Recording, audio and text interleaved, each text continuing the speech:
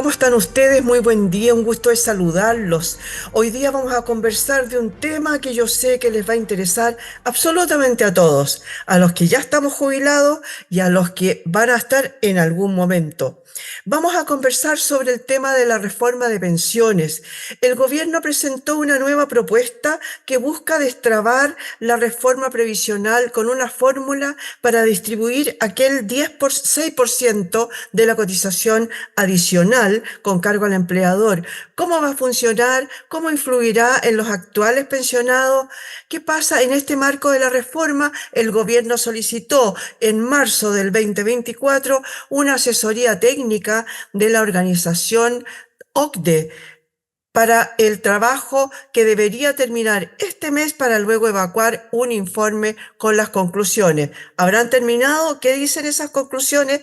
Vamos a conversar con Matías Acevedo, economista, investigador asociado del Centro de Investigación de Empresa y Sociedad de la Universidad del Desarrollo. ¿Cómo estás tú? Muchas gracias por recibirnos. Buen día.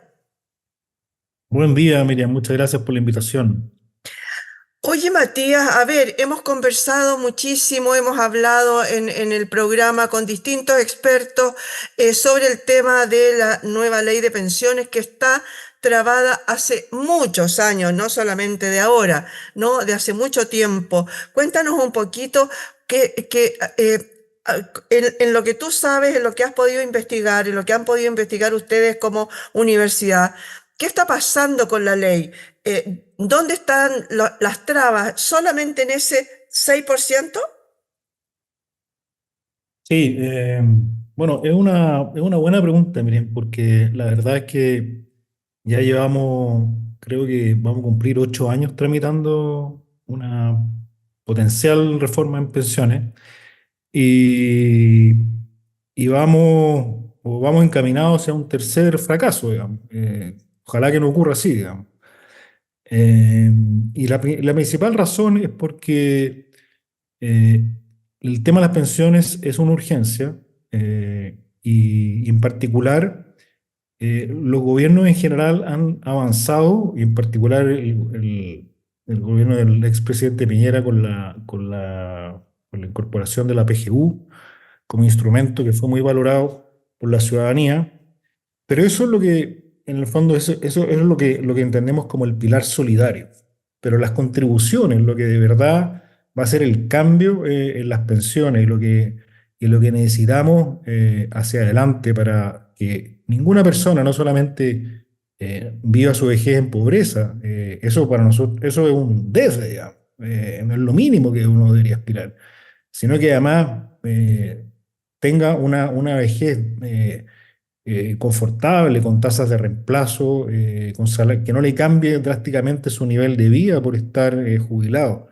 Eso es lo que aspiramos como sociedad. Entonces, desde ese punto de vista, yo creo que nadie se puede negar a discutir y a buscar puntos de encuentro. Ayer se cumplieron 6 años o sea, 6 meses del fallecimiento del presidente Piñera. Y si hay algo de las cosas que los que trabajamos con él aprendimos es su enorme capacidad de diálogo y su enorme capacidad de trabajo para buscar acuerdos. El presidente nos enseñó a muchos que no había que atrincherarse en sus posiciones, que siempre uno podría no tener la razón en algo, digamos, lo cual es muy cierto, digamos. Es algo muy de la naturaleza humana, pero que muchas veces se nos olvida. Y yo creo que una de las cosas que nos ha ocurrido es que nos hemos atrincherado, y hablo en plural, en algunas posiciones donde no somos dueños de la verdad y que eventualmente podrían, la medida que nos sentemos a conversar, porque nadie quiere, miren, una mala reforma, nadie quiere una mala reforma, porque lo peor que nos puede pasar es que a los jubilados que queremos ayudar los estemos perjudicando. Nadie quiere eso. Y hemos tenido casos de mala reforma en el pasado. Tenemos la reforma educacional, que ha sido un lastre, digamos, todo el traspaso de los establecimientos educacionales de los municipales al gobierno central. Tuvimos el caso de la reforma tributaria, que también fue una mala reforma.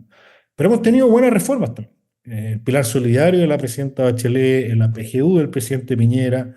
Entonces, esto de que no se puede poner de acuerdo en buenas reformas, yo no lo creo, digamos. Yo creo que uno se tiene que dar ese espacio y sentarse a conversar porque, claro, probablemente hoy día no es mi preocupación, digamos, pero yo no puedo ser tan egoísta, digamos, de pensar en que porque a mí no me preocupa hoy día, no, no me voy a sentar a buscar posiciones y buscar posiciones de acercamiento porque sé que hay mucha gente que no le está pasando bien. Oye, Matías, a ver, tú mencionaste ahí dos cosas que las encontrabas positivas, ¿no? Y que es el tema del pilar solidario y el tema de la PGU, pero ambos son bálsamos, por así decirlo, ¿no? No es realmente el problema de fondo, solucionar el problema de fondo. ¿Por qué crees tú que se ha ido? Porque, a ver, que estamos atrincherados cada uno en su lado, eso es innegable, en todo, ¿no? Se nota incluso ahora, están ahí con el tema de las elecciones, en que se están haciendo llamados a que en un lugar preciso no vayan dos personas de la misma coalición, que alguno tiene que ser generoso, pero siempre uno piensa que el otro es el que debe ser generoso y que es uno el que tiene que estar ahí, ¿no? Entonces, en estos 8 años, y en realidad mucho más, porque desde hace rato que se venía hablando ya de que Es verdad. el tema de las pensiones era muy mala, pero claro, Sí. se había dejado un poquito estar. ¿En qué va? ¿En qué está? No solamente el atrincheramiento, los proyectos que se han presentado han sido malos en tu forma de ver, y tú mencionaste que trabajaste con el expresidente Piñera. Y él, yo tengo entendido que dejó algunos lineamientos con respecto de el tema de las pensiones, cómo se debería avanzar.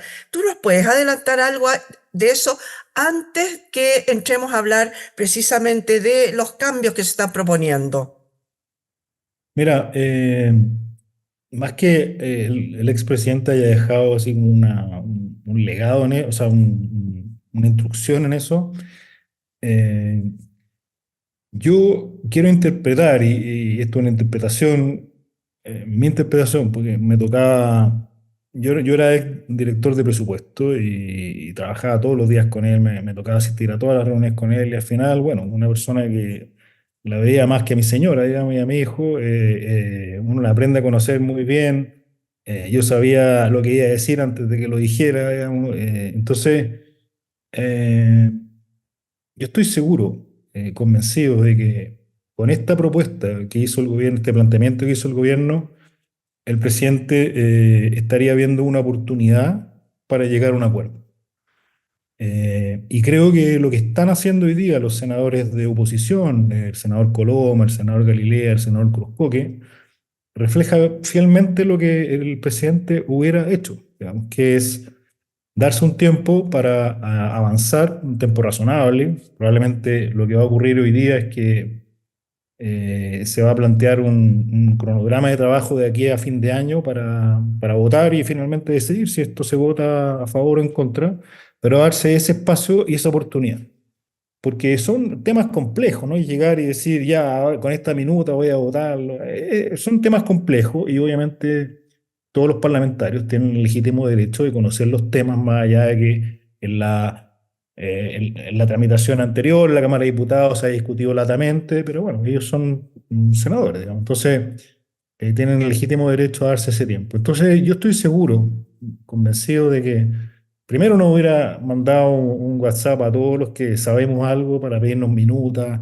Eh, yo soy un poco viudo de las minutas del presidente, porque yo sabía que me las había pedido, entonces ya las comenzaba a trabajar, porque a él le gustaba estar muy informado. Y buscar puntos de encuentro. Ya hemos tenido reuniones y reuniones de trabajo y básicamente delinear cuáles eran esos puntos o esas líneas en las cuales no estábamos dispuestos a avanzar y en cuáles sí se podría avanzar en una negociación. Ese era su estilo, digamos, y eso es lo que uno a veces extraña de nuestro sector, digamos, que él es irreemplazable, digamos. Nadie podría decir que estamos buscando a alguien que lo reemplace, pero hay funciones que uno extraña, de liderazgo que hoy día, por ejemplo, lo está tomando el senador Galilea, el senador Coloma, el senador Cruzcoque, pero esos mismos en algunas ocasiones se les crucifica porque están conversando. Entonces, creo que ahí tenemos un problema grave. Porque si alguien cree, Miriam, primero que tenemos asegurado como sector la próxima elección presidencial, y segundo, que vamos a tener una mayoría en ambas cámaras para aprobar el proyecto que nosotros queramos, creo que comete un error grave de diagnóstico. Eh, y creo que es una apuesta arriesgada. No estoy diciendo porque no crea o no confíe en las posibilidades del sector, sino que porque fíjese lo que pasó en el segundo gobierno del presidente Piñera. Nosotros planteábamos entregar a Solidaridad 3 puntos de cotización. 3 puntos. Y el gobierno, o sea, y la oposición, actual gobierno, nos negó la sal y el agua porque nos iban los 6 puntos a Solidaridad. Y hoy día lo que estamos viendo es que el gobierno, ¿no es cierto? Eh, para ellos sería un triunfo lograr 3 puntos de cotización a Solidaridad. Entonces, si alguien, pensando en lo que ocurrió anteriormente, hoy día, ¿cuánto pagarían la gente que hoy día está en el gobierno por haber cerrado un acuerdo con el presidente Miguel? Y no lo hicieron. Entonces, lo que te quiero decir es que no todo el tiempo futuro va a ser mejor. Hay ejemplos súper concretos que demuestran que probablemente las cosas se van a empeorar. O sea, y el próximo gobierno, si no tenemos mayoría, y si no somos gobierno, podríamos estar hablando de un 0-6, digamos, y no un 6-0, digamos.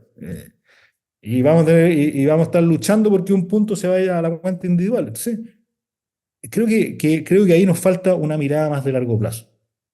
Oye, pero lo que tú estás narrando que es tan cierto, ¿no? Em, La gente en general, la ciudadanía, lo ve como una especie de, no sé si de revanchismo, en el sentido de que, a ver, ellos no nos quisieron hacer caso en esto, no nos pescaron en esto, no quisieron dialogar respecto de esto, entonces ahora tampoco lo hacemos al revés. Por eso que a mí me gustaría que si tú nos dijeras, por ejemplo, el nuevo proyecto, ¿en qué es bueno o en qué es malo? En el tema del 6% que estamos absolutamente trabados, que va que un 6 que un 3 que un 3-3 que un 4-2 que un 2-4 etcétera. Ahí se manejan un montón de cifras. La verdad que la ciudadanía no le ve mucho a la diferencia, ¿no? Pero sí hay cosas que son, por ejemplo, el tema de los seguros de longevidad que aparece en este estudio que acaban de entregar y que acaban de hacer, un seguro de longevidad por aquello de que se piensa que la tasa de reemplazo para una persona que vive más allá de los 80 años no corresponde, que debiera ser bajada, por ejemplo, los ciento y tantos años que está hoy día, a lo mejor no es significativo. ¿Nos podrías explicar eso? Sí. Eh, a ver, lo que ocurre es que, a ver, con respecto al tema del seguro de longevidad, Ujú. que no es la propuesta central del gobierno. El gobierno lo que mandó a hacer fue hacer un estudio en la OCDE sobre el seguro de longevidad para tener una opinión independiente, pero en ninguna parte del proyecto de ley, al menos hoy, está planteado una alternativa de seguro de longevidad. Ya. Y eventualmente, mira, podría pensarse en generar las condiciones para que existiera un seguro privado de longevidad, pero eso es un efecto, es algo que va a contratar cada uno por su cuenta, digamos, no es, Claro, no es y algo que que, está pensado perdona, con y que solidaridad. además implicaría un gasto extra, así como también se está proponiendo en el tema de las ISAPRE, ¿no? El seguro complementario, que también implicaría una mayor Entonces, esto de gasto. las tablas de mortalidad hasta los Mm. 110 años tiene bastante de mito, porque es un poco técnico, pero no es que yo calcule la pensión asumiendo que la persona va a vivir 110 años. Lo que ocurre es que a cada año se le asigna una probabilidad de sobrevivencia, ¿ya? Y obviamente a los 110 años la probabilidad es más baja, ¿no es cierto?, que a los 80 años. Entonces se hace una especie como de promedio ponderado de las probabilidades de existencia, etcétera, y finalmente se llega como a una idea promedio ponderado que no es 110, pero que tampoco es 80, probablemente algo entre medio. Entonces, el acortar las tablas de mortalidad, digamos, es un ejercicio, digamos, teórico, como decir, me ayuda a cortar las tablas para subir las pensiones, pero igual después de los 90 años, si es que ese es el promedio, alguien va a tener que pagar esa cuenta, digamos. Me explico, ¿no? No creo que sea la solución. Ahora, eh, yendo como al tema de fondo, como tú decías, yo creo que estamos todos de acuerdo en que hay que subir 6 puntos de forma gradual la cotización individual, ¿no? Esa la cotización de cargo del trabajador, del empleador. Creo que en eso hay bastante consenso. Segundo, hay bastante consenso de que hay que aumentar la competencia en el sistema de administración de cuentas y de inversiones. Eh, En los grandes lineamientos, mira, ese es el problema que tenemos, todos queremos mejorar las pensiones. Si donde tenemos diferencias son los instrumentos, digamos. Entonces es inevitable entrar como a los instrumentos, porque la idea general es diciendo que estaría acá la ministra Jara, el ministro Marcel, todos decían, sí, estamos de acuerdo, compadre, estamos de acuerdo. El problema es cómo lo ejecutamos después, ¿cierto? Y ahí es donde nos hemos entrampado durante estos últimos 8 años. Yo creo que la propuesta que hoy día está planteada, que básicamente es en el largo plazo, son 5 puntos a la cuenta individual y 1 punto a financiar un seguro, o sea, no un seguro, un bono que se llama bono tabla, que básicamente es reconocer una obviedad, digamos, que las mujeres viven más que los hombres y por lo tanto alguien tiene que financiar ese costo, digamos, adicional. Y me parece justo, a mí por lo menos, que se financie que se financie con solidaridad, digamos. No me parecería de otra manera.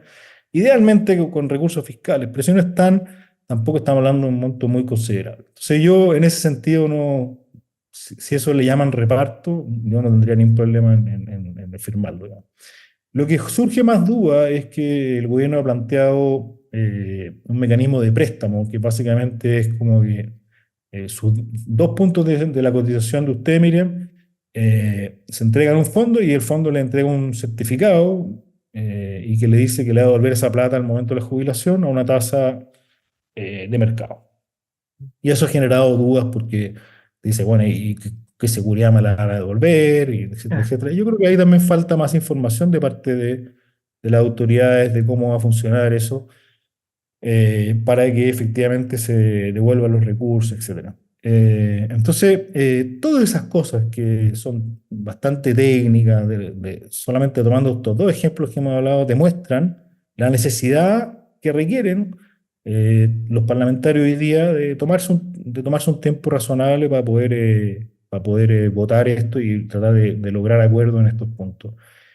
Yo veo es que va a existir una ventana después de la elección municipal, porque es evidente que estas cosas se cruzan con la política, no podría desconocer de eso, ¿no? Eso que también no ocurrió en el gobierno anterior, y también se nos abrió una ventana después de las elecciones municipales, creo que ahí se atrasaron, pero fue después básicamente si queríamos o no una constitución, después de esa votación hasta enero, febrero del año siguiente, del 2021. Ahí se abrió una ventana y estuvimos a puertas de llegar a un acuerdo, finalmente se cayó. Entre medio hubo un cambio de ministro, salió Ignacio Broni y se fue de candidato presidencial y todo eso, y al final todas estas conversaciones se diluyeron y finalmente quedaron en nada. Entonces, yo creo que ahí se va a abrir una ventana concreta y posibilidad de llegar a un acuerdo y yo creo que hoy día por lo menos veo más condiciones de las que veía hace 6 meses atrás para poder llegar a un acuerdo concreto. Y si eso significa, de un punto de vista político, darle un triunfo al presidente Boric, ¿qué importa, ya? ¿Qué importa? O sea, el gobierno anterior nos aprobó la PGU y es la política social más valorada de los chilenos, la gestión de Piñera, y con los votos de la oposición en ese momento. No podemos ser tan pequeños en eso. Y yo creo que ese es un poco el llamado que tenemos que tratar de, de transmitir a los que tienen que tomar las decisiones, digamos. O sea, no dilatemos más un problema que finalmente después se nos puede volver, digamos, un boomerang, eh, justamente con las personas que queremos ayudar.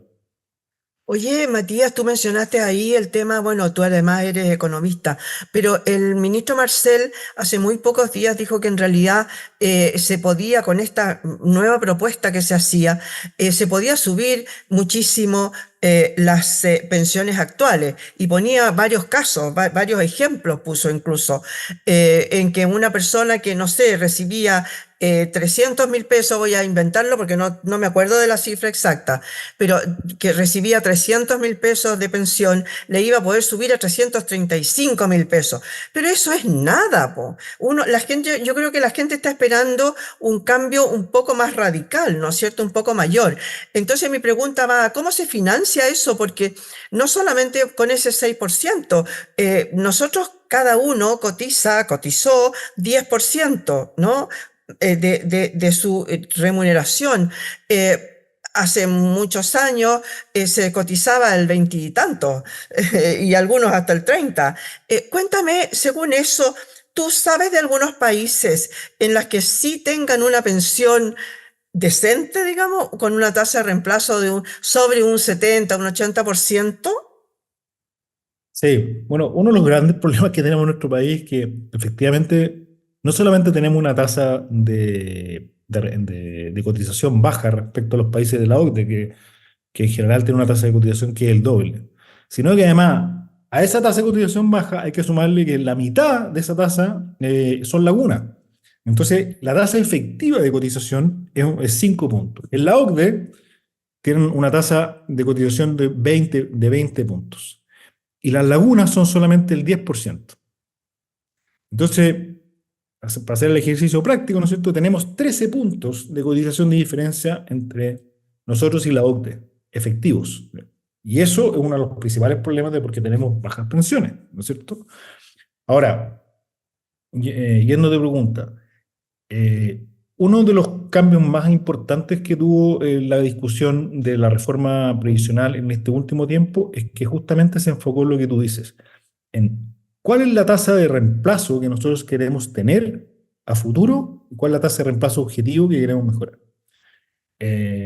Porque antes era básicamente, te voy a entregar un beneficio por acá, otro por allá, etcétera, pero al final lo que le importa a la gente, lo que le importa a todos los que vamos a jubilar en un minuto, es decir, bueno, ¿con cuánto ingreso voy a vivir? ¿Cuánto va a ser ese porcentaje respecto al ingreso promedio que yo tenía en los últimos, no sé, 12 o 24 meses, 24 años, o sea, 12 o 24 meses, digamos, de mi trabajo?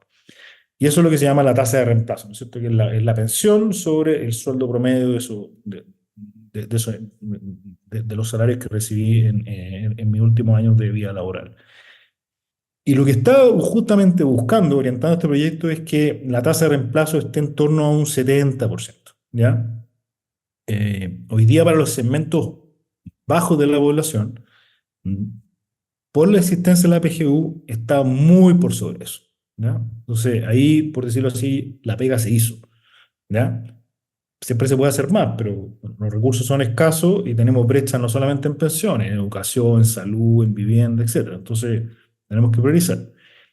Y hoy día lo que queda por resolver son principalmente sectores medios y medios altos que tienen bajas tasas de reemplazo, o bajo el 70%, y en particular las mujeres. Eh, Porque por distintas razones, ¿no es cierto?, tienen o han recibido salarios menores que los hombres, digamos, teniendo la misma cantidad de años cotizados. Entonces, ahí es donde están los problemas. Y una de las cosas que hizo esta comisión técnica fue justamente identificar dónde estaban esos segmentos a los cuales tenemos que ayudar. Entonces, creo que eso es un avance significativo para el tema que tú planteas. Y la pregunta ahora es, ¿cómo financiamos eso? ¿No es cierto? Y la propuesta del gobierno está un poquito pasada para la punta, en el sentido que no le hace mucho caso a ese diagnóstico. Entonces, yo creo que parte de la discusión también va a ser en acotarnos y decir, ya, hagámosle caso a los técnicos y concentrémonos acá y si nos resuelvan recursos, bueno, tenemos otras necesidades en salud, en vivienda y en otras cosas más, digamos. No seamos maximalistas de que queramos arreglar los problemas de pensiones de todos, ¿no es cierto?, uno a la vez, digamos. O sea, uno solamente en un proyecto, cuando tenemos un montón de necesidades en otros lados. Y creo que ahí hay un tremendo espacio de convergencia. Y por otra parte, también tiene harto de mito esto de que, porque uno de los argumentos de nuestro sector es que ya no podemos dar puntos de solidaridad porque se creó la PGU. Y los ahorros son de los trabajadores. Y la verdad que si eso fuera un principio, uno debería defenderlo con la PGU y sin la PGU. ¿Cierto? Entonces hay un poquito también ahí como de aprovechamiento, porque yo creo que lo que ocurrió después de la discusión de la Constitución es que la gente efectivamente valoró mucho su ahorro en la cuenta individual. Y eso es muy también de un sector, ¿no es cierto?, político, y por lo tanto, algunos afirmaron de eso. Pero decir que ahora no podemos entregar ningún punto de solidaridad porque existe la PGU, creo que no resiste ningún análisis si eso fuera un principio, digamos. Porque los instrumentos no cambian principios, por lo menos eso es lo que yo entiendo. Claro, claro que sí. Oye, Matías, muchas gracias por haber estado hoy día con nosotros. Se nos termina el tiempo. Fue súper esclarecedor y muy, muy claro, digamos, el tema de conversado contigo por ver este tema que parece ser que no se va a destrabar tan pronto, ¿no es cierto? Sí, pero no hay que perder la fe. Yo creo que podemos de aquí a fin de año tener buenas noticias si se hace bien la pega y con ánimo de encontrarse, no con ánimo de marcar diferencias políticas en temas que son urgencias para la ciudadanía. Muchas gracias, Matías Acevedo, por haber estado hoy día con nosotros. Muchas gracias, Miriam, por la invitación. Le damos las gracias a Matías Acevedo, economista, investigador asociado del Centro de Investigación de Empresa y Sociedad de la Universidad del Desarrollo, por haber estado hoy día en este punto de encuentro.